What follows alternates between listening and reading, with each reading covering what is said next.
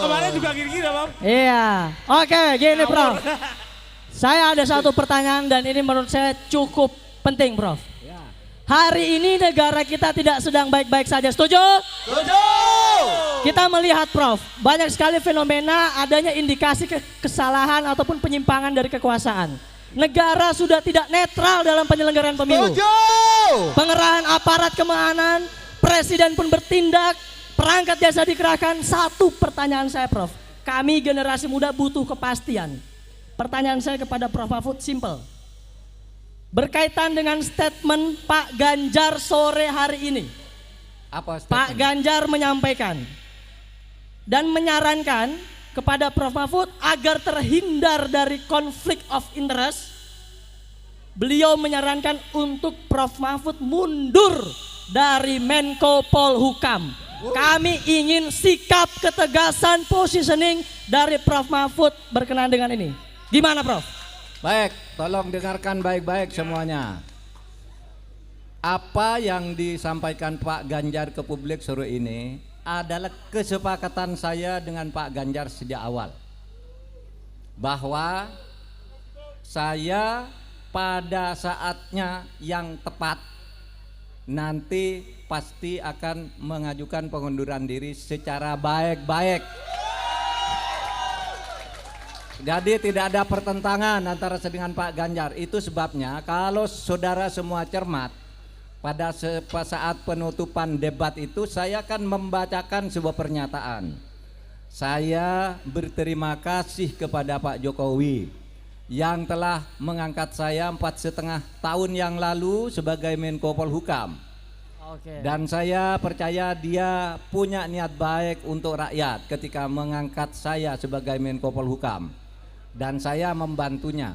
Sekarang pun saya bersedia bersama Mas Ganjar untuk melanjutkan tugas-tugas karena menurut saya Pak Ganjar adalah calon presiden yang betul-betul pro rakyat.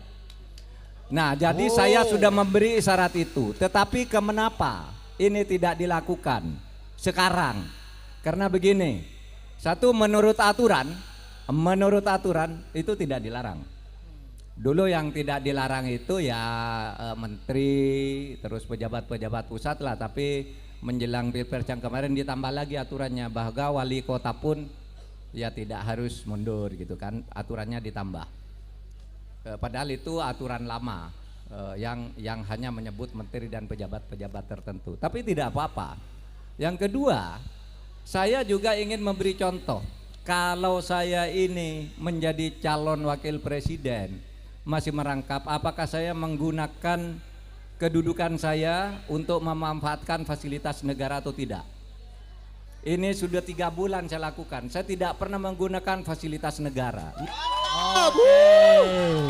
Saya masih berkantor di Polhukam secara rutin. Semua tugas-tugas, semua surat-surat masuk pasti selesai tidak sampai seminggu di meja saya, meskipun saya cawapres. Dan saya minta kepada pemerintah daerah yang kenal baik dengan saya, jangan menjemput saya atau melayani saya kalau saya ke daerah. Karena saya tidak mau menggunakan jabatan saya itu untuk menggunakan fasilitas kepemerintahan. Betul. Maksud saya ini agar ditiru oleh yang lain. Kalau menjadi calon presiden, lalu calon wakil presiden, jangan mau dijemput oleh pejabat daerah, jangan mau diantar, jangan mau didampingi, hanya minta pengamanan saja kepada Polri. Oleh sebab itu, saudara, di daerah-daerah ini banyak teman baik saya, banyak juga yang saya promosikan, ada yang menjadi pangdam, ada yang menjadi PLT gubernur, ada yang menjadi pejabat bupati wali kota. Semuanya saya bilang ke staf, kalau saya datang ke daerah dia, jangan hubungi dia untuk menjemput saya atau berkomunikasi dengan saya atau menjamu saya. Jangan hubungi dia, kasihan dia nanti dipecat kalau menghubungi saya. Saya bilang. Oke. Mantap. Karena fenomenanya orang kalau dekat-dekat dengan lawan politik itu itu susah, segera dipindah, segera dinaikkan, tapi sebenarnya ditendang ke atas, dan macam-macam. Oleh sebab itu Semua pejabat yang kenal saya yang selama ini baik-baik saja, kalau saya datang ke daerahnya Anda usah ikut menjemput agar tidak berbahaya bagi Anda, bagi karir Anda. Itu yang saya katakan. Kemudian itu ternyata situasinya tidak berimbang. Pihak lain tampak menggunakan jabatan. Betul. Jemput, diantar dan sebagainya. Malah yang terakhir ini menteri-menteri yang tidak ada kaitannya dengan politik juga sudah ikut tim sukses. Tabrak. Tabrak. Tabrak, bro. Siapa itu? Singkat, ces gitu, bro. Iya kan? Betul. Oleh sebab itu, saya kira percontohan saya, ya sudah cukup. Tinggal menunggu momentum, karena ada sesuatu tugas negara yang harus saya jaga. Jangan sampai kacau apa yang sudah jadi, harus saya jaga dalam rangka transisi. Dan saya menghormati Presiden Jokowi yang mengangkat saya 4,5 tahun yang lalu dengan penuh ketulusan. Dan berdasar ketulusan yang seperti itu pula saya sekarang akan meneruskan tugas-tugas itu bersama Ganjar Pranowo. Tinggal ya kalau saudara lihat sekali lagi pidato saya pada pada akhir debat yang keempat itu, pidato saya yang pertama kan gitu, saya mengucapkan terima kasih kepada Pak Jokowi dan saya sekarang akan bersama Pak Ganjar Pranowo.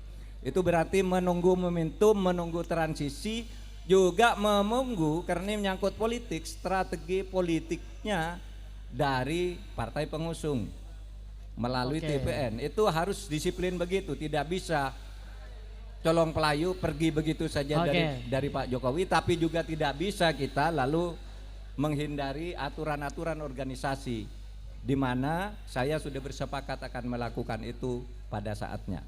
Agar saya tidak lebih terikat dan agar yang lain tahu kalau mau menjadi pejabat itu jangan menggunakan jabatan untuk kepentingan politik. Tapi itu dosa politik, itu dosa politik yang akan meracuni generasi muda. Tabrak, Bro. Berarti Prof Mahfud berkomitmen sampai pada waktunya Prof Mahfud akan mengundurkan diri untuk menghindari konflik of interest. Nunggu timing. Oke. Timing itu tidak akan menyalahgunakan kekuasaan. iya.